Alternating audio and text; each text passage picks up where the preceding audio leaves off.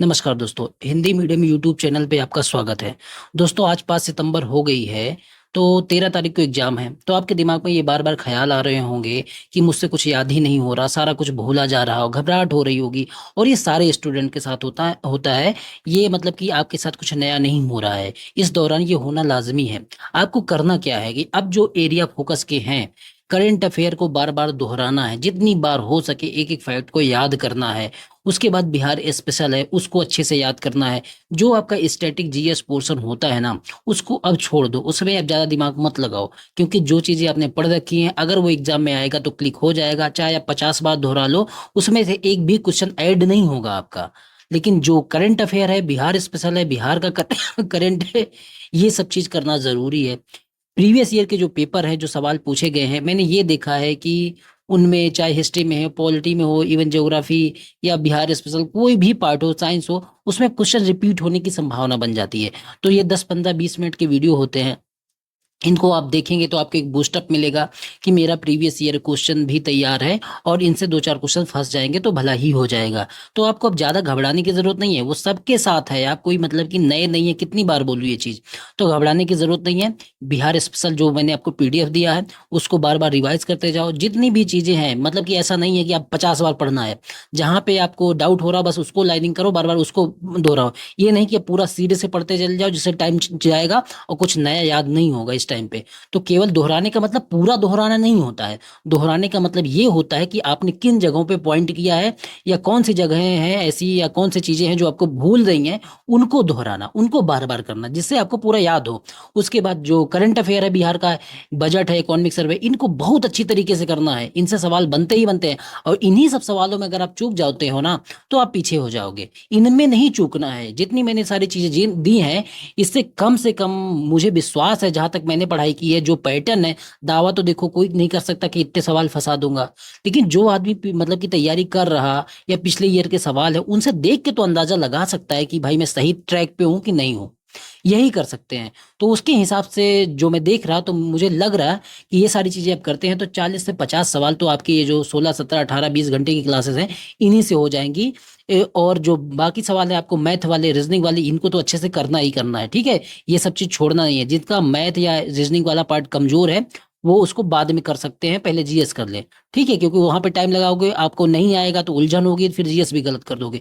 इन सब के बारे में बाद में बात कर लूंगा। पहले आपको कर लेते हैं, हम जो हिस्ट्री का पोर्शन करने आए हैं, 38वीं बीपीएससी से लेके 70वीं एग्जाम तक, वो कवर कर लेते हैं। मॉडर्न हिस्ट्री का पार्ट है, ये कवर करेंगे, और हम जल्दी जल्दी कवर करेंगे, इतना टाइम नहीं है, ठीक है। देखो, मैकाले ने भारतीय शिक्षा पर अपना पहला मिन्स कब जारी किया था? तो आपको ये बताना है कि 2 फरवरी 1835 को मैकाले ने भारतीय शिक्षा पर अपना प्रसिद्ध जो मिन्स है वो जारी किया था। इसमें इन्होंने ये कहा था कि अंग्रेजी शिक्षा को बढ़ावा दिया जाना है, ठीक है। तो आपको याद रखना है। फ्री हिंदुस्तान किसने लिखा है? तो आप बताएंगे तारकनाथ जी ने इसका प्रकाशन किया था।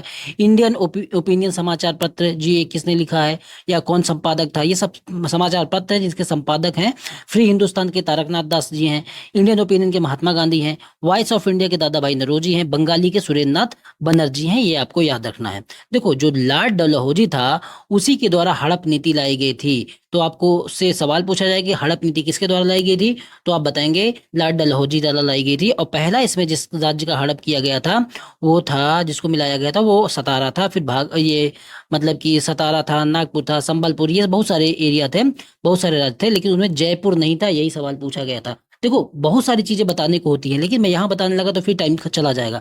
जो क्वेश्चन में पूछा गया था, अभी मेरा जो उद्देश्य है सिर्फ वहीं तक लिमिट रहना, बाकी बाद में चीजें होती रहेंगी, ठीक है। जो भारत चीन इंग्लैंड के बीच त्रिकोणीय व्यापार का मुख्य आर्थिक आधार क्या था? तो प्रीवियस ईयर सवाल में पूछा गया है, आप बताएंगे अफीम था। संथाल या हूल विद्रोह का जो मतलब कि एज है, या कब हुआ था, पीरियड कौन सा है? तो 1855-56 है। और इसका नेतृत्व सिद्धो कान्हो चांद भैरव इन्होंने किया था। मुंडा विद्रोह का टाइम काल है 1899 से 1900 के बीच में। सब बता चुका हूं आपको, आपको याद रखना है जल्दी जल्दी। बंगाल में जो स्थायी बंदोबस्त या चिरस्थायी बंदोबस्त थे, उसको कौन लाया था? तो उसको लॉर्ड कार्नवालिस ने 1793 में लाया था। इसको इस्तमरारी बंदोबस्त, जागीरदारी बंदोबस्त, मालगुजारी बंदोबस्त भी बोला जाता था। ये बंगाल, बिहार, उड़ीसा प्रांत में लागू थी। इसमें जो लगान देना पड़ता था किसान को, उसका 10/11 भाग तो कंपनी ले लेती थी, और 1/11 भाग जो जमींदार वसूलता था वो ले लेता था। इस जो स्थायी बंदोबस्त है, इसकी योजना किसने बनाई थी? तो जॉन शोर ने बनाई थी। ये इन्फॉर्मेशन दिमाग में रखना, ठीक है। जो रॉयल शीर्षक एक्ट आया था, उसके तहत जो रानी विक्टोरिया भारत की महारानी कब बनी? तो आपको बताना है 1877 में बनी। कब बनी? 1877 में। ये सब मतलब कि लास्ट ईयर के ही सवाल है, 70वीं बीपीएससी के ही सवाल हैं, ठीक है। कलकत्ता में फोर्ट विलियम की जो स्थापना की गई 1800 में, किसके द्वारा की गई? वेलेजली के द्वारा की गई। इसका उद्देश्य क्या था? इसका उद्देश्य ये था फोर्ट विलियम की स्थापना करने का कि जो सिविल सेवक है ना, उनको भारतीय भाषाओं में प्रशिक्षित किया जाए।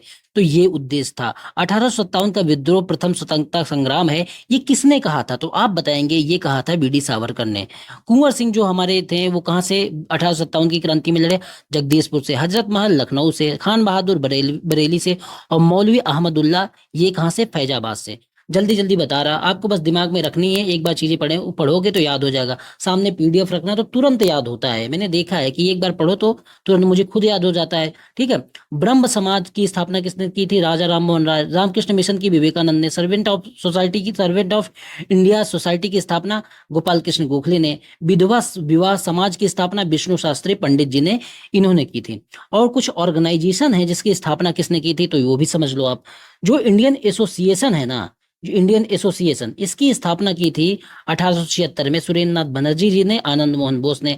मद्रास महाजन सभा की स्थापना किसने की थी? V Raghavachari, G Subramaniam Iyer, P Anand Charlu ji ने मिलकर की थी, ठीक है। बॉम्बे एसोसिएशन, जो बॉम्बे प्रेसिडेंसी एसोसिएशन था, उसकी स्थापना दादा भाई नौरोजी ने की थी। पूना सार्वजनिक सभा है, उससे जुड़े कौन थे? जस्टिस रानाडे जुड़े थे, ठीक है।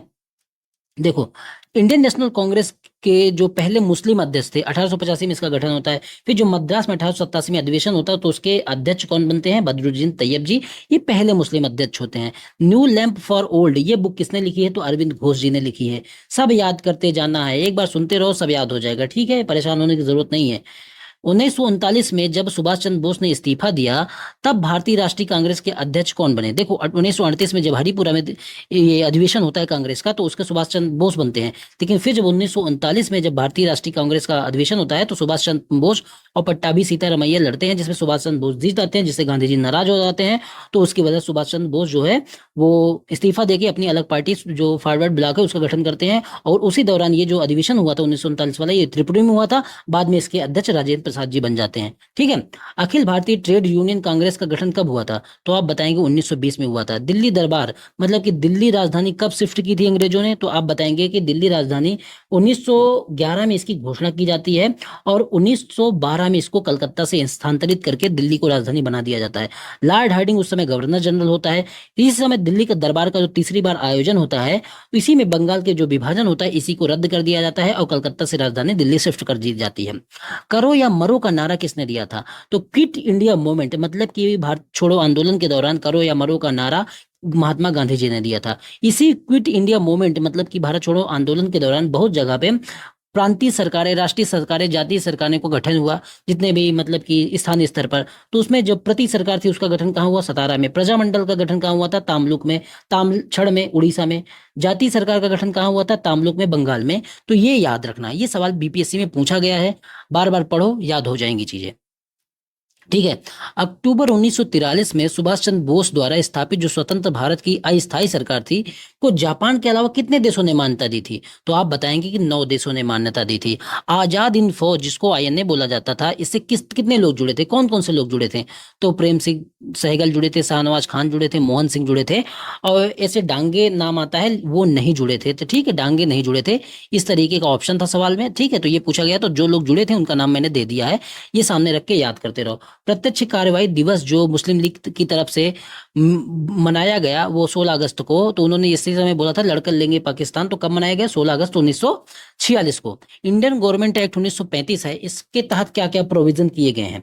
देखो, इंडियन गवर्नमेंट एक्ट जो 1935 है, इसमें का किया गया कि गवर्नमेंट की जो कार्यकारिणी परिषद है, इसका पुनर्गठन किया जाएगा। प्रांतीय स्वायत्तता की बात की गई, भारत संघ का इसमें प्रस्ताव किया गया, बहुत सारे, आरबीआई का गठन, बर्मा को अलग अलग करना, ये सब बहुत सारी चीजें थी। लेकिन ये चीजें नहीं थी कि इसी 1935 एक्ट का मूल्यांकन इसमें कर दिया जाए, वो चीज इसमें नहीं थी। तो ये आपको याद रखना कि यही नहीं था। ठीक है, कुछ संगठन है और कुछ उनका मुख्यालय कहाँ कहाँ पे है, ये बताया गया है। तो देखो, जो स्वदेशी होम सेवक होम है, इसका मुख्यालय वैंकूवर में था। यूनाइटेड इंडिया हाउस, इसका मुख्यालय कहाँ था, सिएटल में था।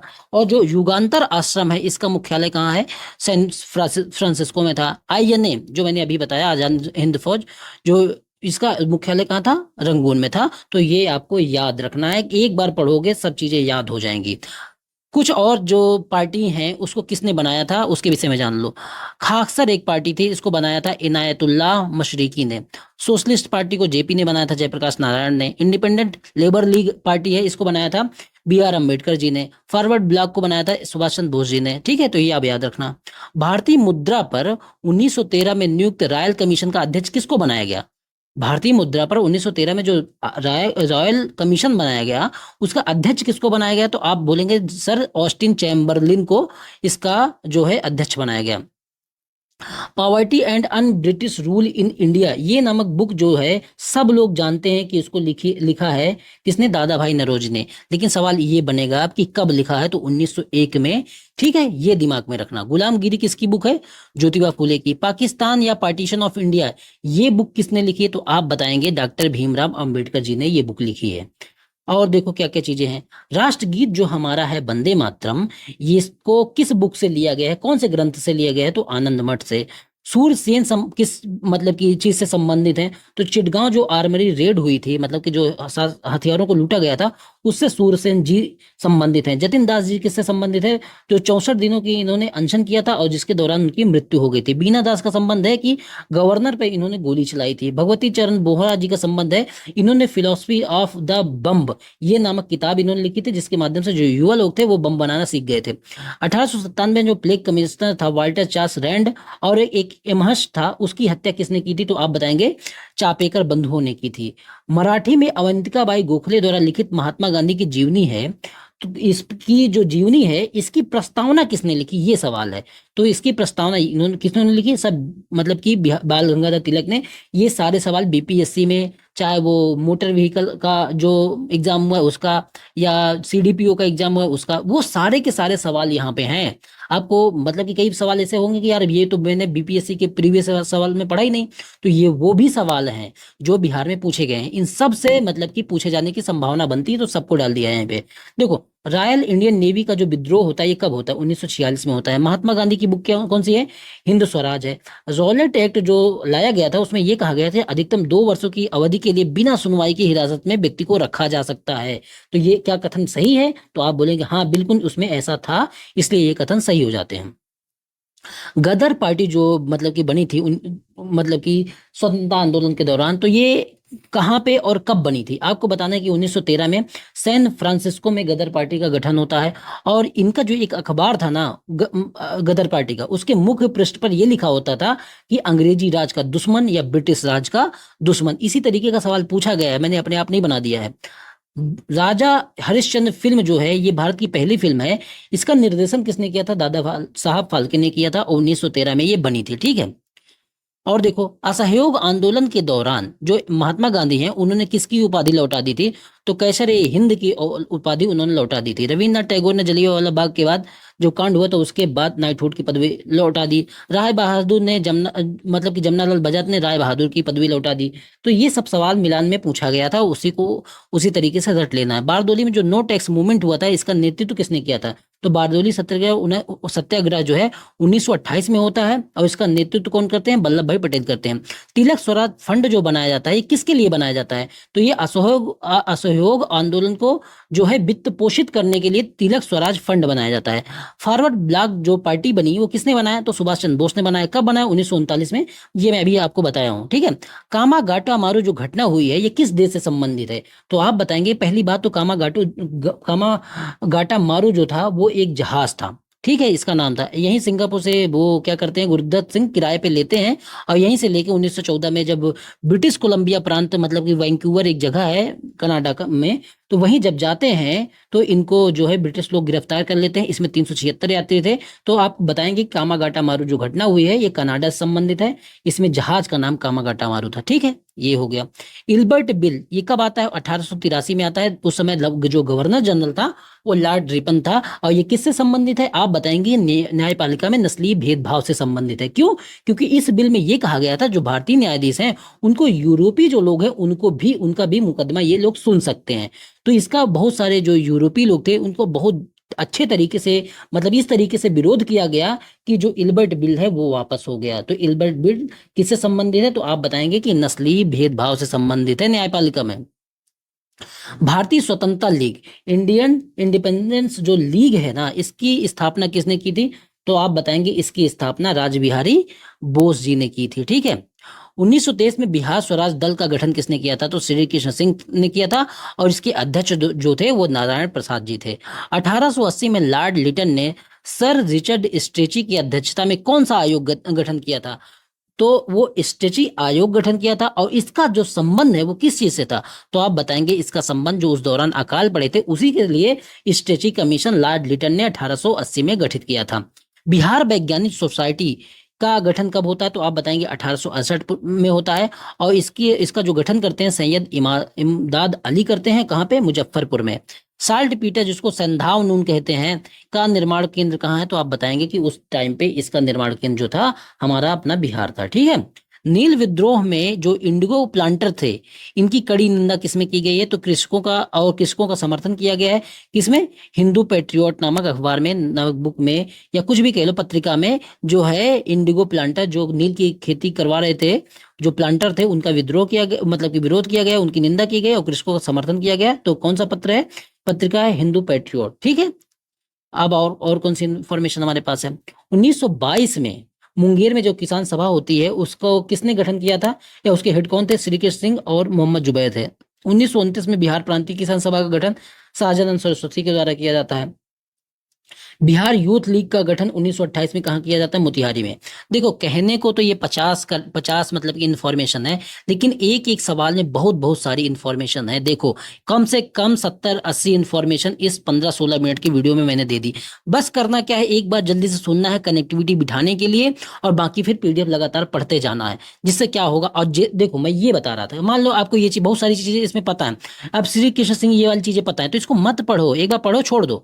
ठीक है कि आपको ये पता है। अब जो चीजें नहीं पता है, मान लो कि फॉरवर्ड ब्लॉक का गठन किसने किया? तो सुभाष चंद्र बोस ने। अब भाई ये पता है तो इसको बार बार पढ़ने की जरूरत नहीं है। तो 1939 नहीं पता है तो इसको ध्यान में रखो। कामा गाटो वाले गाटा मारू वाली सारी चीजें आपको पता है तो मत पढ़ो, एक बार पढ़ो, बाकी इसमें लाइनिंग मत करो। वही चीजें बाद में पढ़ो जिससे मतलब कि आपको भूलने वाली चीजें हो, सिर्फ जिससे क्या हो, लास्ट समय में आपको कम टाइम में सारी चीजें याद हो पाए। आप पूरा पूरा एक बार फिर से पढ़ने लगो तो पूरा टाइम तो इसी में चला जाएगा।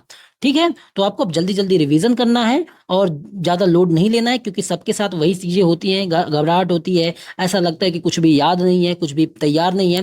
तो मैं बता रहा, सिर्फ और सिर्फ अभी आपको जो बिहार स्पेशल है उस पे फोकस करना है, क्योंकि यहीं से मार्क्स बढ़ सकते हैं और कहीं से नहीं बढ़ेंगे। जीएस दुनिया भर के लोग पढ़ते हैं, सबको आता है जीएस। बिहार स्पेशल पढ़ना है, करंट पढ़ना है। करंट में आपको मार्क्स अपने बढ़ाने हैं। करंट जो नेशनल वाले जो मैंने नहीं कराया है, जो नॉर्मल करंट अफेयर होता है उसको तो दबा के पढ़ना है। बिहार स्पेशल का करंट पढ़ना है, कम से कम 5-6 सवाल इसमें तो आएंगे ही आएंगे। ठीक है, ये दोनों चीज करनी है। बजट और इकोनॉमिक सर्वे इनसे कम 4 से 5 सवाल इससे बन जाते हैं, ये सब करना है। और जो मैंने प्रीवियस ईयर के सवाल बताए देख लेना, इन सब से कम 8 से 10 सवाल आपके क्लियर होंगे, बल्कि ज्यादा होंगे, क्योंकि कुछ ना कुछ ऑप्शन ऐसे होंगे जहां से आप चीजें एलिमिनेट कर पाएंगे। तो घबराओ मत, आप बस क्या वो केवल इस तरीके से चीजों को तैयार करते रहो, ज्यादा लोड मत लो। सबके साथ वो चीजें होती हैं। मैं देख रहा कि बच्चे मुझे मैसेज कर रहे हैं कि सर ये नहीं हो रहा, या घबराहट हो रही, सब भूला जा रहा है। कुछ नहीं हो रहा भाई, इतना लोड लेने की जरूरत नहीं है, सबके साथ होता है, ये नेचुरल प्रोसेस है। अगर ये नहीं हो रहा तब घबराने की दिक्कत है। ठीक है, तो आप तैयारी करते रहो, कुछ नहीं होने वाला, सिर्फ आपका अच्छे से एग्जाम होगा और मतलब कि रिजल्ट भी होगा। तो ठीक है, मिलते हैं अगले वीडियो में। धन्यवाद।